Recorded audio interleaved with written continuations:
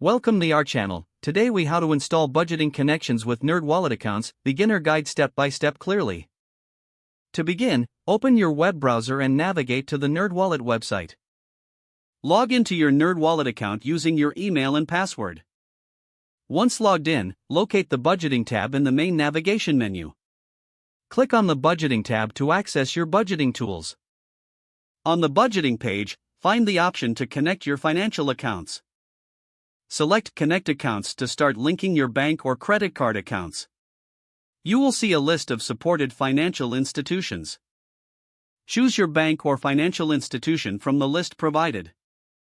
If you do not see your bank, use the search bar to find it. After selecting your bank, you will be prompted to log in securely. Enter your online banking username and password in the provided fields. Follow any additional security steps, such as two-factor authentication if required.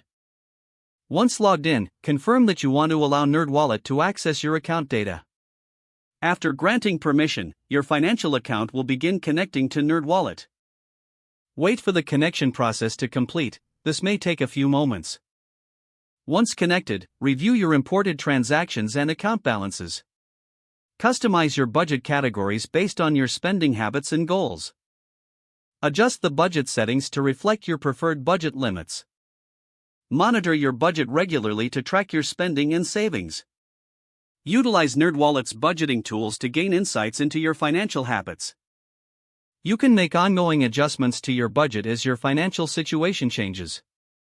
Enjoy the newfound clarity in managing your finances with NerdWallet. If the page does not load, refresh the browser or try again in a private or incognito window. Make sure you are using the correct email address, then retype it carefully to avoid small typos.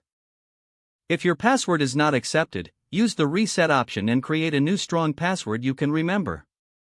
Check your spam folder for verification or security emails, then complete any requested confirmation steps. Enable two-factor authentication if available to improve account security and reduce unauthorized access risk.